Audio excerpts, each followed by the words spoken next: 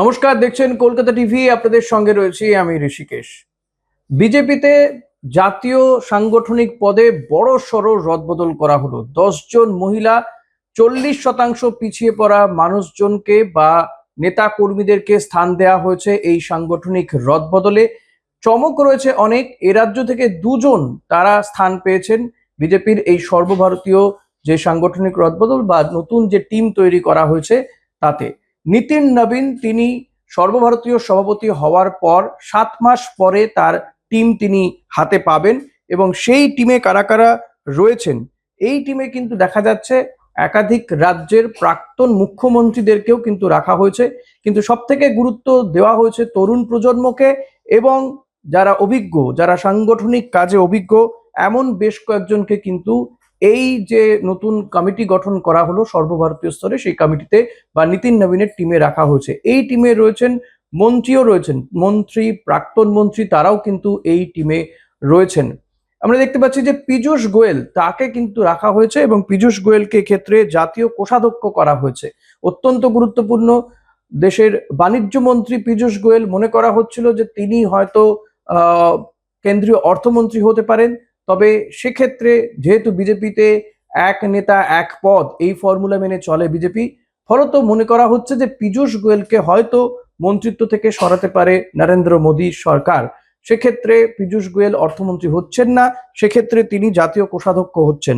অপরদিকে স্মৃতি ইরানি তিনিও কিন্তু এই কমিটিতে রয়েছেন, জাতীয় সাধারণ সম্পাদক তাকে করা হয়েছে। কেন্দ্রীয় সংগঠনের গুরুত্বপূর্ণ দায়িত্বে এসেছেন স্মৃতি ইরানি দীর্ঘদিন পরে। কেন্দ্রে প্রাক্তন মন্ত্রী তিনি। বসুন্ধরা রাজে সিন্ধিয়া যিনি রাজস্থানের প্রাক্তন মুখ্যমন্ত্রী, তাকেও কিন্তু এই কমিটিতে রাখা হয়েছে। জাতীয় সহ সভাপতি করা হয়েছে রাম মাধব, জাতীয় সহ সভাপতি করা হয়েছে তাকে, গুরুত্বপূর্ণ দায়িত্ব দেওয়া হয়েছে তাকে। বিএল সন্তোষ তাকেও কিন্তু জাতীয় সাধারণ সম্পাদক করা হয়েছে। বিপ্লব কুমার দেব আর এক প্রাক্তন মুখ্যমন্ত্রী, ত্রিপুরার প্রাক্তন মুখ্যমন্ত্রী, তাকেও কিন্তু জাতীয় সাধারণ সম্পাদক করা হয়েছে।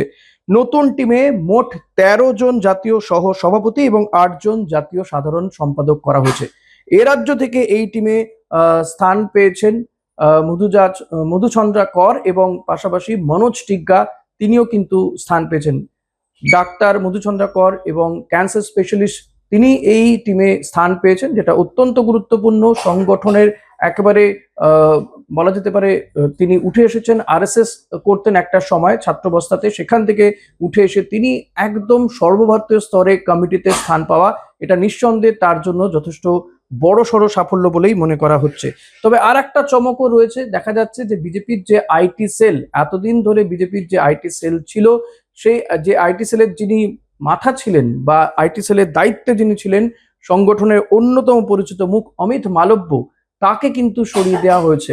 অমিত মালব্যকে আইটি সেলের যে প্রধানের পদ থেকে সরানো হয়েছে, তার জায়গায় দীপক মাহাসকে এই দায়িত্ব দেওয়া হয়েছে বলে জানা যাচ্ছে। সব মিলিয়ে যে টিম তৈরি করা হয়েছে অত্যন্ত গুরুত্বপূর্ণ একটি টিম এবং দীর্ঘ প্রায় 7 মাস ধরে নিতিন নবীন তিনি এই টিম পাচ্ছিলেন না। তার যে সর্বভারতীয় সভাপতি হওয়ার পরে টিম পাচ্ছিলেন না, তো অবশেষে তার হাতে টিম তুলে দেওয়া হয়েছে এবং অতি অবশ্যই 2029-এর লোকসভা নির্বাচন এবং 2027-এ বেশ কিছু রাজ্যে বিধানসভা নির্বাচনকে পাখির চোখ করেই কিন্তু নবীন এবং প্রবীণ মিলিয়ে একটা সাংগঠনিক রদবদল করা হচ্ছে, একটা টিম তৈরি করে দেওয়া হচ্ছে নিতিন নবীনকে। এক্ষেত্রে আপনাদের বললামই আগে, মনোজ টিগ্গাকে জাতীয় সম্পাদক করা হচ্ছে এ রাজ্য থেকে এবং মধুচন্দ্রা কর যাকে জাতীয় সহ সভাপতি করা হয়েছে। ফলত এই রাজ্যের জন্য কিন্তু এটা অত্যন্ত গুরুত্বপূর্ণ, কারণ যে সময় রাজ্যে বিজেপি সরকার এবং রাজ্যের 2 নেতাকে কেন্দ্রীয় স্তরে নিয়ে যাওয়া হয়েছে, তাদেরকে দায়িত্ব দেওয়া হয়েছে,